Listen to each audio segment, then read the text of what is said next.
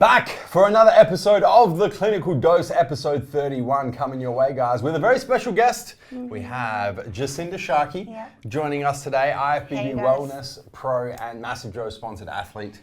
We've got 5 interesting questions here, Jacinda. So we put the feelers out earlier this week to get questions specifically for yourself and your guest appearance here on Clinical Dose. So let's get straight into it. Good. Question 1 has come through Instagram, BMR_active. What advice can you give to others starting their journey to achieving an IFBB Pro Card?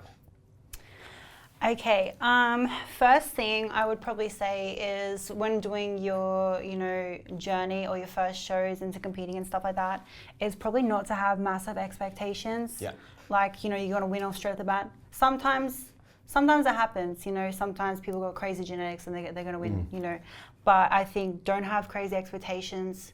Do your shows, keep that consistency, and make sure you're getting your judges' feedback, so then you can make improvements for the next show and just get better and make those improvements in your off season to then get what you desire, which is the Pro Card. Yeah, absolutely. Yeah. I think just to add to that, I'm a big fan of setting SMART goals, SMART, which is an acronym that stands for specific, measurable, achievable, relevant, and time-bound. So I think if your goal is to achieve an IFBB Pro Card, you need to kind of set it in that framing. That's what I did when I kind of went on my journey to achieve my pro status. Yeah. So specific, what is it? IFBB Pro Card. Yes.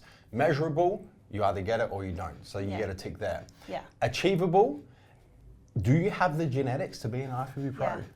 Some people just don't. Like you just don't, it's very difficult to get an IFBB Pro Card. It is. It's not just something that they kind of give out. So, you really need to have work ethics then otherwise. Yeah. But I think the first step is, really to kind of be honest with yourself. Like, is it actually achievable? Yeah. Is it something that you can do with your genetics, with your work ethic? Yeah.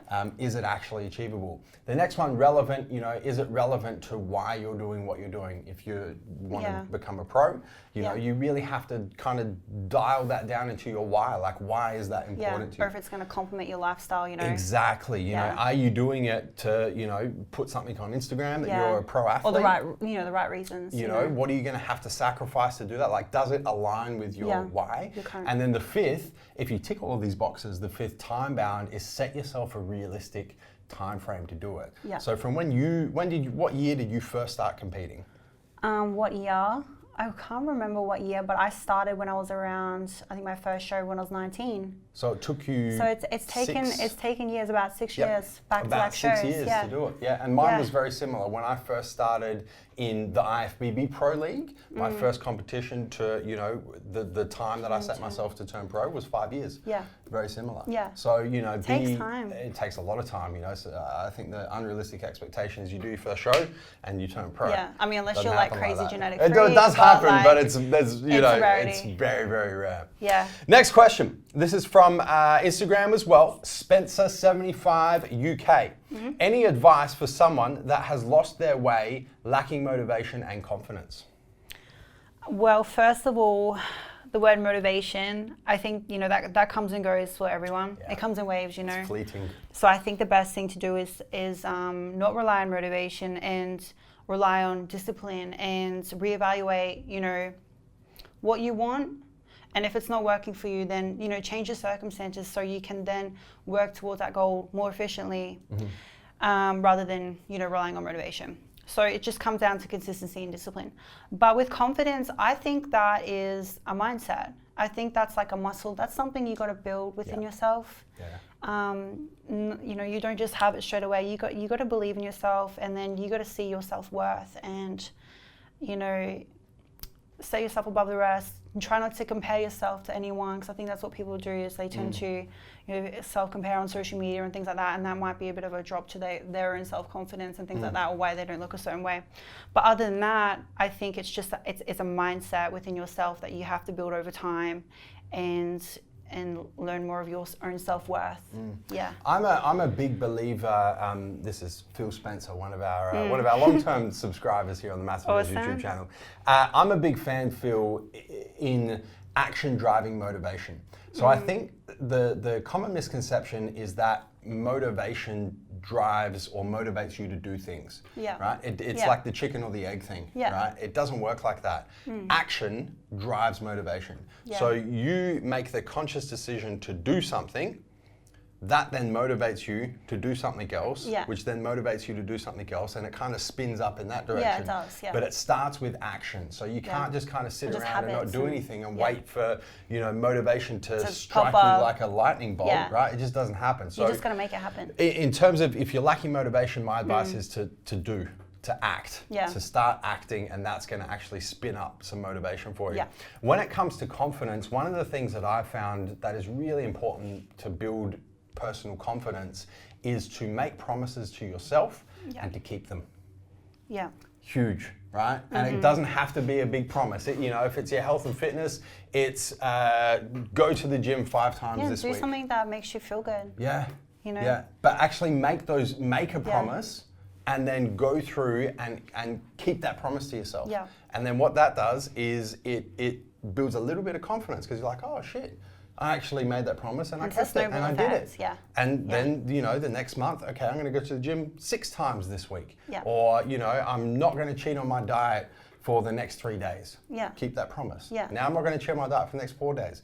Just spin them up, baby steps, bit by bit. And what happens is you keep these small promises and then they turn into bigger promises. Yeah. And they turn into bigger promises. And that's how you build confidence. Yeah, and feel better within yourself. Yeah. Yeah. Next question, Wesley Seng, also from Instagram, Wesley_Seng. In your opinion, what are the must-have supplements for an athlete/gym goer? Okay, well, I'm big on digestion and recovery and things like that. So my main go-to would obviously be a protein supplement, because I find with most people's busy lifestyles and stuff like that, it's convenient to get in and to support your goals, whether you're in a fat loss phase or a growing phase. Creatine monohydrate as well to support recovery and growth, and something caffeine based. I'm a stiffy. How many grams of caffeine you want today? You don't want to know, but just something, because that's clinically studied, been studied to help improve your performance and your focus and things like that. So those will be my main 3. And digestive enzymes and things like that to support your digestive health.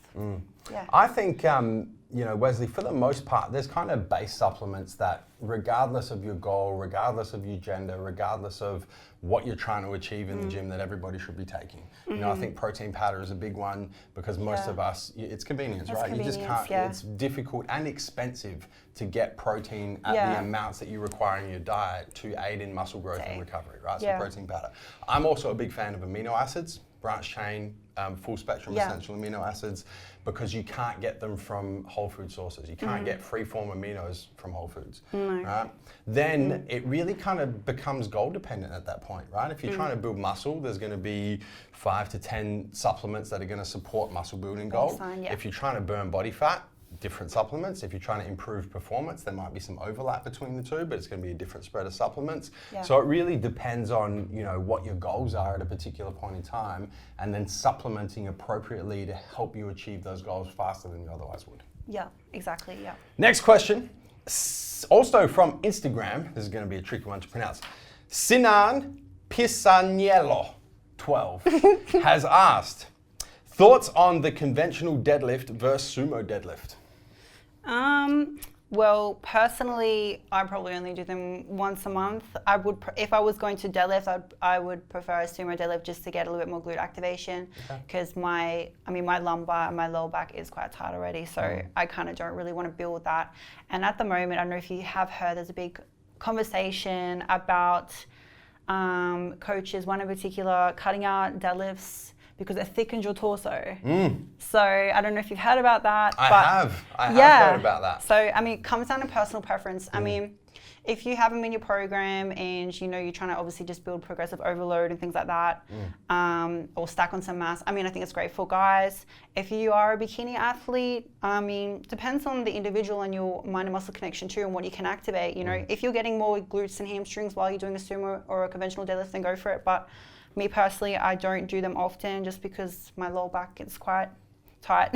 Yeah, And then I don't limits do me. either. The only deadlifts I do are Romanian deadlifts. Yeah, different I prefer those. Yeah, because I do get more glutes and hamstrings. So glutes and hamstrings. Yeah. Right? I don't get much out of conventional deadlifts or sumo deadlifts. who wants a at thick all. lower back? So yeah. Yeah. Well, some people do, right? But if you're a bodybuilder, it's important Yeah, to you, it depends on your goals. Yeah. What's your, just real quick side topic, what's your thought on that argument that deadlifting increases your waist thickness? Well, I can see two sides of the spectrum. Yeah. But I think personally, me, and because what I can activate whilst I do a deadlift, I get a lot of lower back, and my lower back, like my lumbar is quite thick, like they're like two little mountain ridges. So I personally, I don't really want to necessarily put more emphasis on that and you know grow that. And with anything, I think like progressive overload. You if you're progressing, you're gonna have that muscle tissue grow. And I don't want my torso to look thicker. I think just for my category and for competing and things like that and purposes. Yeah, I don't really do it. I'm happy you said that because that's the exact reason why I don't conventionally deadlift. Yeah. I'm exactly the same. I'm a men's physique athlete. I'm trying to keep my waist You want to keep that V taper. Like, the argument's quite interesting because some people agree with it and some people disagree with it. And I agree with it, right? I think that if you're activating core, you're activating lower back during deadlifts, those muscles are going to grow. They are, That's how it it's works, it's right? muscle, like it's going to grow. If you go to the gym and you do bicep curls, do you think your bicep's going to grow or it's not going to grow? Yeah, exactly. So, it's the way muscle growth works. Exactly. So there's that aspect as well. If you're trying to keep your waist small, there's other movements that can activate similar muscles to conventional and sumo deadlifts that don't activate as much core. Yeah, I mean, it activates your glutes and your hamstrings as well. But if you, personal preference, if you feel it more in your lower back and that's your goal, then do it. Last question, also from Instagram, Logan_Bounty18. When performing an incline press, do you still arc your back or does it defeat the point?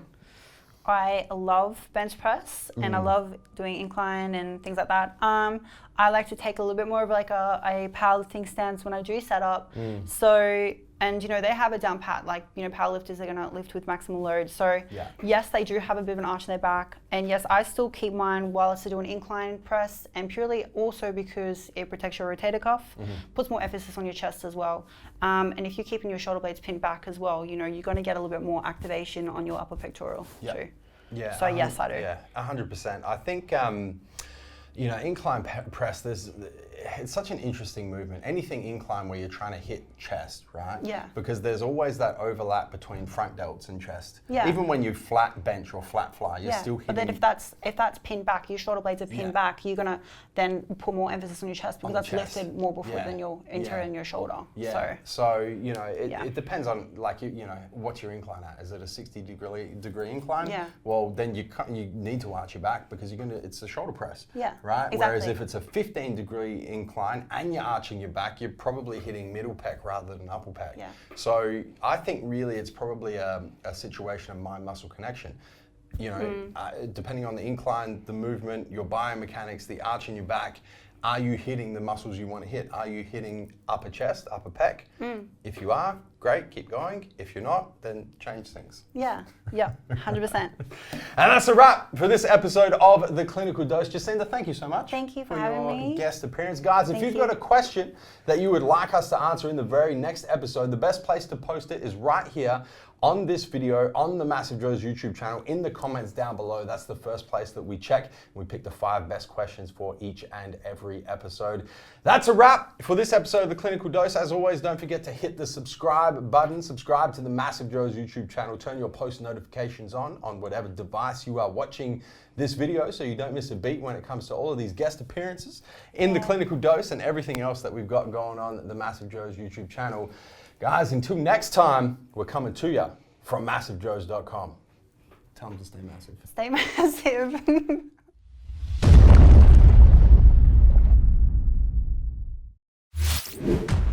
Thank you for tuning in to this video. We hope you enjoyed watching. Don't forget to check out our latest upload and our recommended video, and be sure to subscribe to the MassiveJoes YouTube channel to stay up to date with all of our latest uploads.